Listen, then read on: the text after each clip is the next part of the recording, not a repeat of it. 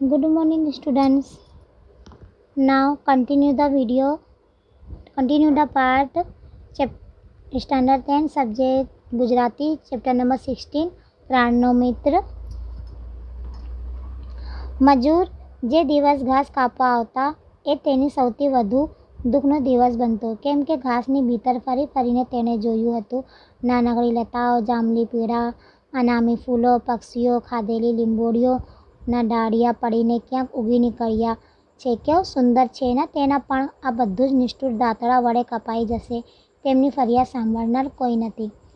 वो कहता है कि जिस दिन मजदूर क्या कहते हैं घास काटने के लिए आते हैं, जो एक्स्ट्रा की घास होती है, तो उस दिन उसके लिए बहुत दुख की बात होती है, क्योंकि वो घास के अंदर इन्हीं जब पूरे जंगल में वो घूम घूम के देखा था कि छोटी छोटी जो नानकड़ी छोटी छोटी लता होती है, छोटे छोटे पौधे होते हैं, छोड़ होते हैं, तरह तरह के फूल होते हैं, और जो पक्षी लोग जो खा के जो लिम्बोड़ी जो है होती है वो सब खा के फेंक देती है, तो वो भी क्या कहते हैं फिर वो वहीं से वो निकल जाता है. लिम्बोड़ी खा के फेंक देते हैं, आम खा के फेंक देते हैं, इस तरह से बीज गुठली कुछ भी खा के फेंकती है, तो फिर वो ज़मीन में वही घास में फिर से वो उग जाता है. यानी ये सब एक वातावरण कितना सुंदर रहता है.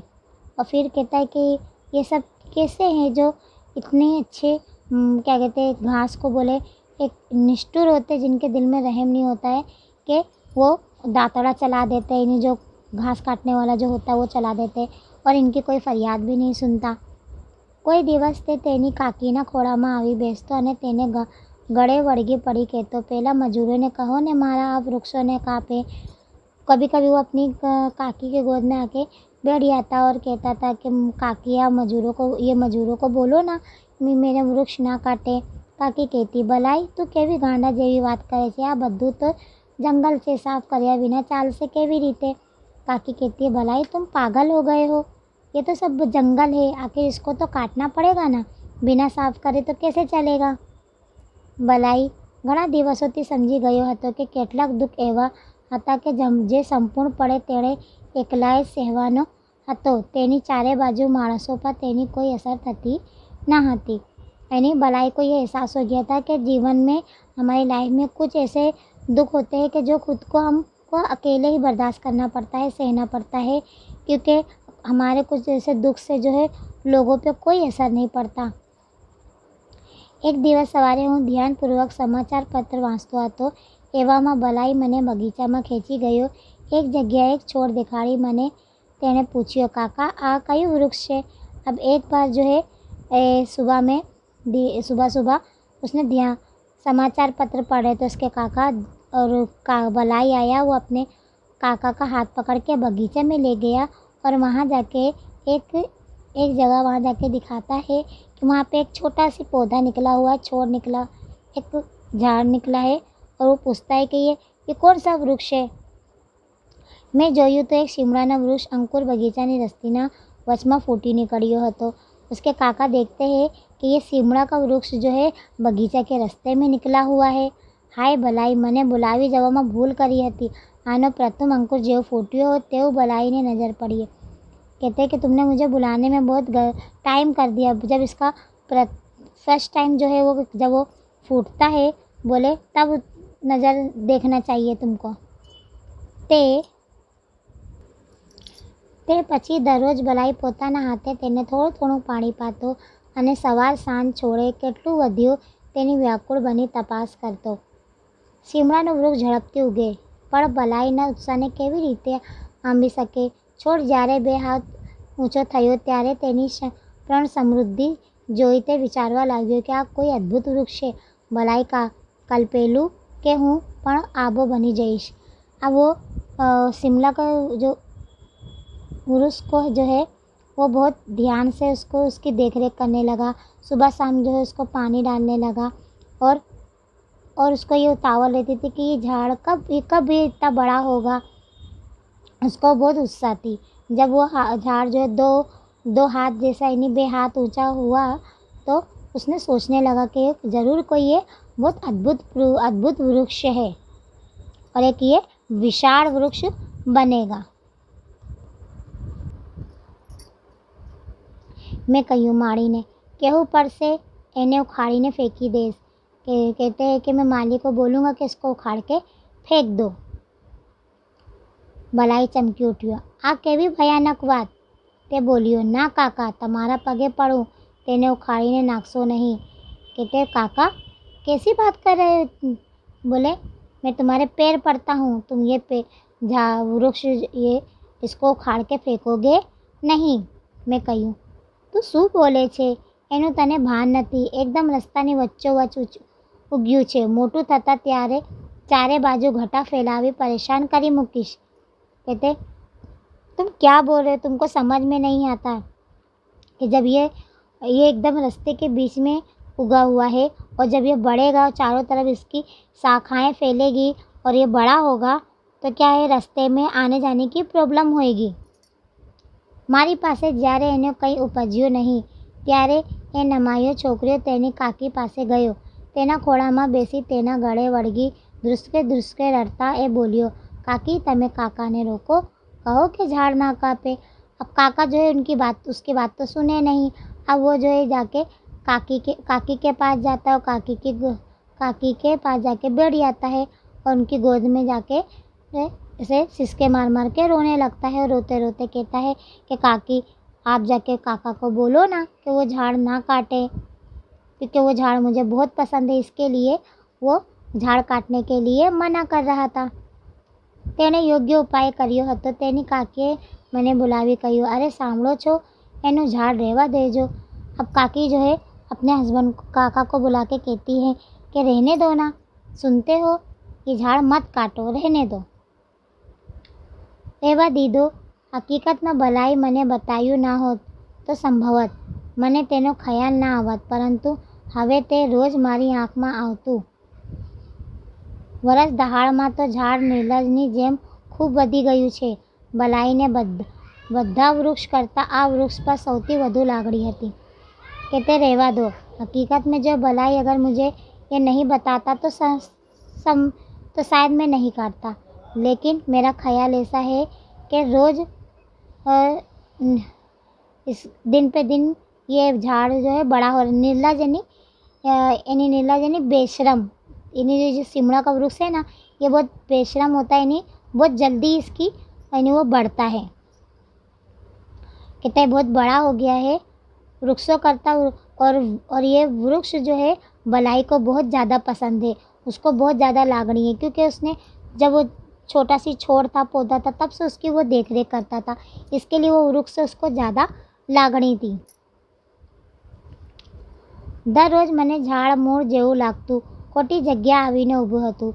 दररोज उसे ऐसा लगता था कि खोटी जगह ये झाड़ यहाँ पे निकल गया। एकदम लांबू पोड़ू થઈ ગયું હતું, एकदम लंबा हो गया और चौड़ा भी हो गया, चारों तरफ उसकी शाखाएं फैल गई है। जे जोतू है विचारतू आ અહીં શા માટે, जो भी देखता है और सोचता है कि ये यहाँ पे क्यों निकला है। फरी 2-4 बार तेने मृत्युदंड देवानी दरखास्त करी। फिर से 2-4 बार जो है वो झाड़ काटने के बारे में सोचा गया कि ये झाड़ काट दिया जाए।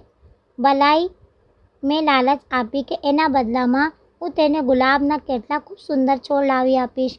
भलाई को जो है उसका काका थोड़ा लालच देते हैं कि भलाई ये वृक्ष काटने दो, इसके बदले में जो है मैं तुमको गुलाब का वो क्या कहते छोड़ ला के दे दूँगा। मैं એમ પણ કહ્યું, તને જો સિમડાનો વૃક્ષ પસંદ હોય તો એનો એક રોપો લાવી હું વડ પાસે રોપવું સુંદર લાગશે।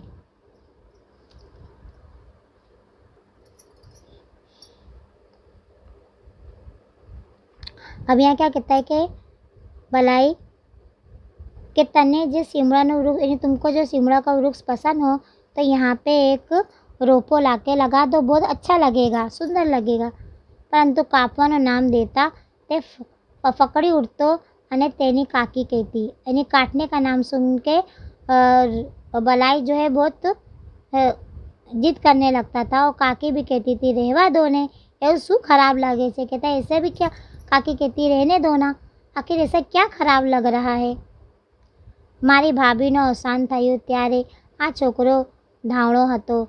ધારું છે કે એ શોક ભૂલવા મોટા ભાઈ એન્જિનિયરિંગના અભ્યાસ અર્થ વિલાયત ગયા. છોકરો અમારા નિસંતાન ઘરમાં કાકીના ખોળામાં ઉછેરીને મોટો થયો. 10 વર્ષ પછી મોટા ભાઈ પાછા આવ્યા ત્યારે બલાઈને વિલાયત ઢબે શિક્ષણ આપવા પહેલાં તે સિમલા લઈ ગયા. તે પછી વિલાયત લઈ जवानी बात थी. अब जो है ये बलाई कौन है उसके बारे में बता रहा है कि मारी भाभी यानी जो काका जो है वो बता रहे कि यानी काका की बड़े भाई की औरत जो है उनका अवसान हो गया था और वो छोकरा यानी बलाई को उनकी गोद में छोड़ के चली गई थी. और जब से शेख बुल और उसका और जब से जो है काका ने क्या कहते बलाई की परवरिश करी और उसका जो बड़ा भाई जो इंजीनियरिंग का अभ्यास करने के लिए विलायत गया था. और फिर छोकरा जो है वो हमारे यानी बलाई जो है वो काका काकी के साथ बड़ा हुआ. और 10 वर्ष पची यानी उसके 10 साल बाद जो है उसका मोटा भाई वहाँ पे आया और उसको विलायत के लिए पहले शिमला ले गया और उसके बाद अभ्यास के लिए नहीं पढ़ाई के लिए पहले उसको यानी विलायत करने के लिए शिक्षण आपवा माटे शिमला ले गया. और उसके बाद विलायत लई जवानी बात थी. फिर उसके बाद जो है शिमला के बाद जो है विलायत ले जाने की बात हुई थी. रड़तो रड़तो बलाई काकीनो खोड़ो छोड़ी चाल्यो गयो. अमारू घर खाली थई गયું. रोते रोते काकी की गोद छोड़ के बलाई चला गया और उनका घर जो है क्या है खाली हो गया. ते पछी 2 वर्ष वीती गया. उसके बाद 2 साल बीत गए. आ दरमियान बलाई काकी एकांत में आंसू सरती અને બલાઈના સુવાના ખાલી ઓરડામાં જઈ તેના તૂટેલા જૂતા, તેનો ફાટેલો રબરનો દડો અને જાનવરોની વાર્તાઓવાળી સચિત્ર ચોપડી રમડિયા કરતી. અને હવે તો આ બધા રમકડા છોડીને ગયેલા બलाई ખૂબ મોટો થઈ ગયો હશે એવા વિચારો बैठा बैठा करती હતી. यानी अब काकी जो है अब बलाई जो है शिमला चला गया है. अब उसके जाने के 2 साल हो गए. अब जाने के बाद जो काकी उसको याद करती है, उसकी याद में रोती है. और फिर कभी उसके खाली जो वो कमरे में जाके जिस कमरे में वो रहता था उस कमरे में वहाँ जाके देखती है तो उसके टूटा हुआ जूता रहता है, फाटेलो रबड़ का दड़ा होता है, जानवरों की वार्ता वाली चोपड़ी होती है और रमड़िया करती अने बधा रमक अने बहुत सारे उसके सारे खिलौने जो है बलाई छोड़ के जाता है. और वो ये सब काकी जो है ये सब देख कर वो सोचते रहती है कि बलाई अब कितना बड़ा हो गया होगा. और ये सब बैठ के सोचते रहती है और रोते रहती है.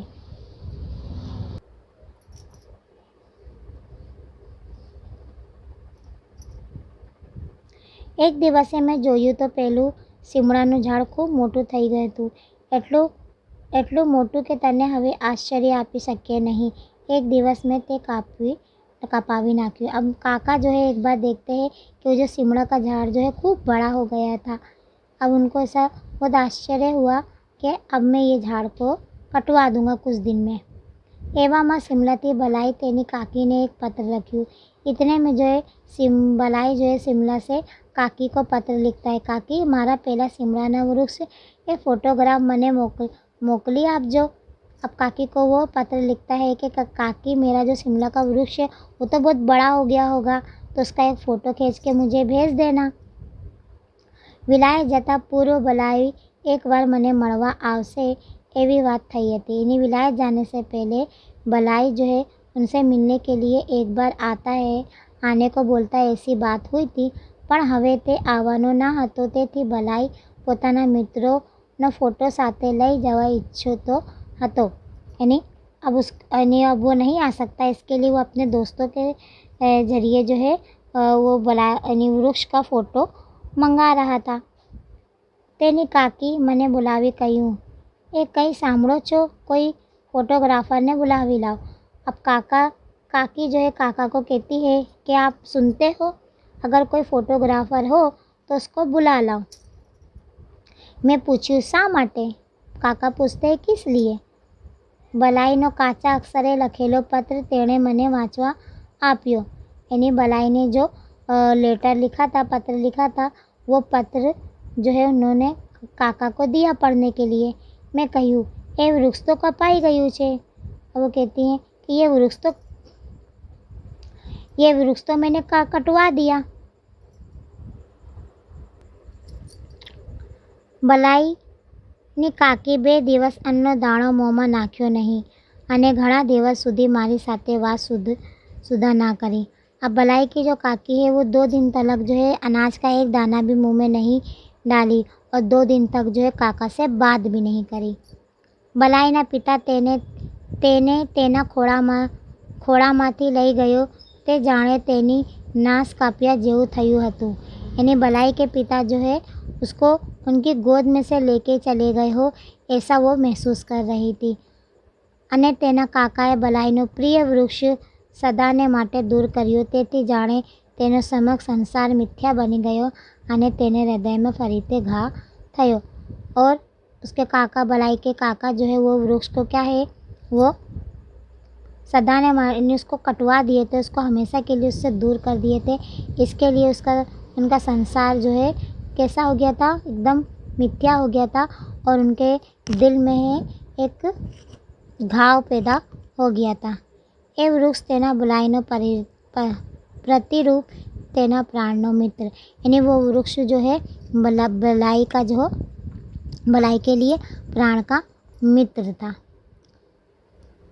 बहुत अच्छा लेसन है कि वृक्ष के लिए बलाई के दिल में कितनी प्रेम लागणी थी। वो बताया है कि वो उनके घर के सामने पहाड़ रहता, पहाड़ जो है पूरा क्या कहते घासों से भरा रहता है और उस घासों में पहाड़ पे क्या कहते गुलाठी मार के खेलता था और गार्डन के बगीचे के अंदर जाके जो है वो हर एक चीज़ वो देखता था कि किस तरीके उसके अंदर कैसे कैसे छोटे छोटे पौधे हैं, छोड़ है और फूल है तरह तरह के, और जो जानवर पक्षी लोग जो है कुछ आमली वगैरह खा के, आमली के बीज गुठली वगैरह खा के फेंक देते थे तो वो भी जो है ज़मीन में उग जाते थे।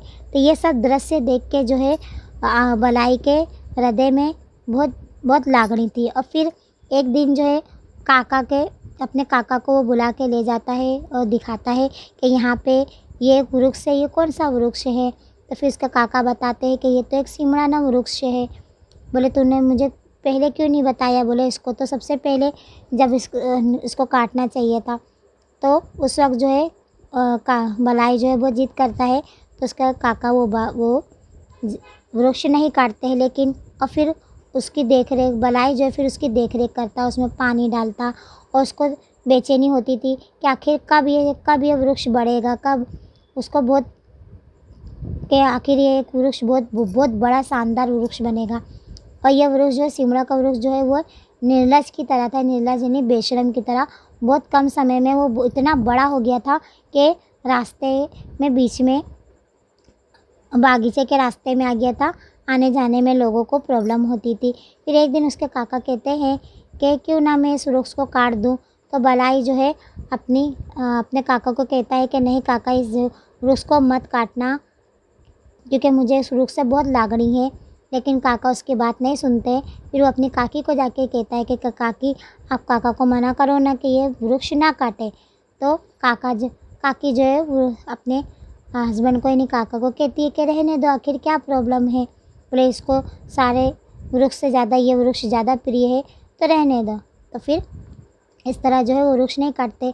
फिर इसी तरह समय जाता है तो बलाई का जो बड़ा भाई रहता है वो उसको अभ्यास के लिए पहले शिमला ले जाता है और फिर वहाँ से विलायत ले जाने का सोचते हैं। और फिर काकी जो है उस बलाई के जाने के बाद जो है बहुत दुख महसूस करती है। उसके रूम में जाके उसके खिलौने, उसके कपड़े, जूते, चप्पल वो सब कुछ छोड़ के गया था, वो सब देख के वो रोने लगती है और बलाई को याद करती है। फिर बलाई एक बार उनको ख़त लिखता है कि मुझे वो सिमड़ा का वृक्ष का फ़ोटो खींचो। तो फिर बलाई काकी जो है अपने हस्बैंड से यानी काका से कहती है कि कोई फ़ोटोग्राफ़र को बुलाओ और ताकि मैं उस वृक्ष का फ़ोटो खींच के बलाई को भेजूँ। तो काका कहते हैं कि वो वृक्ष तो मैंने कटवा दिया। ये सुन के जो है काकी के दिल में एक घाव बैठ जाता है क्योंकि वो वृक्ष जो है ભલાઈ के लिए एक प्राणનો मित्र बनी गયું હતું। तो यहाँ पे जो है हमारा लेसन कंप्लीट होता है। इसके आगे हम स्वाध्याय देखेंगे। नंबर 1, प्राणનો મિત્ર વાર્તા આપણને શેની માવજત માટે જાગૃત કરે છે? તો એમનો ઉત્તર છે ઓપ્શન એ તંદુરસ્તીની, ઓપ્શન બી પ્રાણીની, ઓપ્શન સી પર્યાવરણની, ઓપ્શન ડી પાણીની। તો એમનો ઉત્તર છે ઓપ્શન સી પર્યાવરણની। નંબર 2, ભલાઈને સૌથી વધુ આકર્ષણ કયા વૃક્ષનું હતું? ઓપ્શન એ દેવદાર, ઓપ્શન બી ગુલમોહર, ઓપ્શન સી સીમડો, ઓપ્શન ડી પીપળો। તો એમનો ઉત્તર છે ઓપ્શન સી સીમડો। નંબર 3, ભલાઈને ઉછેરીને કોણે મોટો કર્યો હતો? તો ઓપ્શન એ દાદીએ, ઓપ્શન બી માસીએ, ઓપ્શન સી કાકીએ, ઓપ્શન ડી ફોઈએ। તો એમનો ઉત્તર છે ऑप्शन सी काकीए।